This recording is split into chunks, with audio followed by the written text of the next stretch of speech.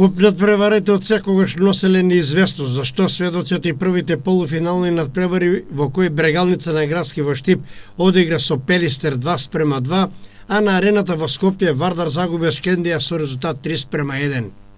Играчите на Брегалница на тој историски меч под светлоста на рефлекторите пред голем број навивачи дојдоа во водство со голот на капитенот Горан Здравков.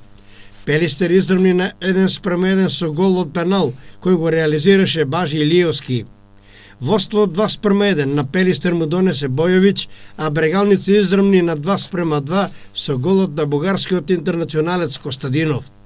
Пред реваншот во Битола, шефот на случај штаб на Брегалница Никола Кузманов изјави дека штипските плави одат во Битола да се надигруваат.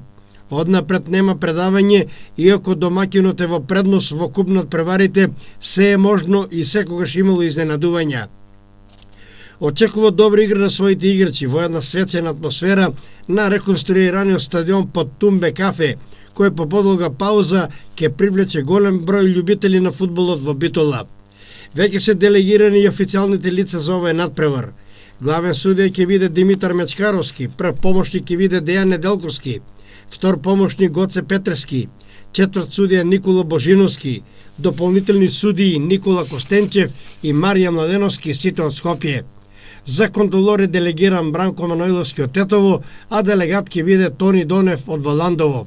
Инаку, според пропозициите кои важат за куп надпреварите на Македонија, по двострук куп систем, односно по два одиграни надпревари, во случај на идентичен резултат по вториот надпревар ќе се изведуваат пенали. Полуфиналните реванш средби Пелистер Брегалница и Шкендија Вардар ќе се одиграат утре среда со почеток во 16 часот.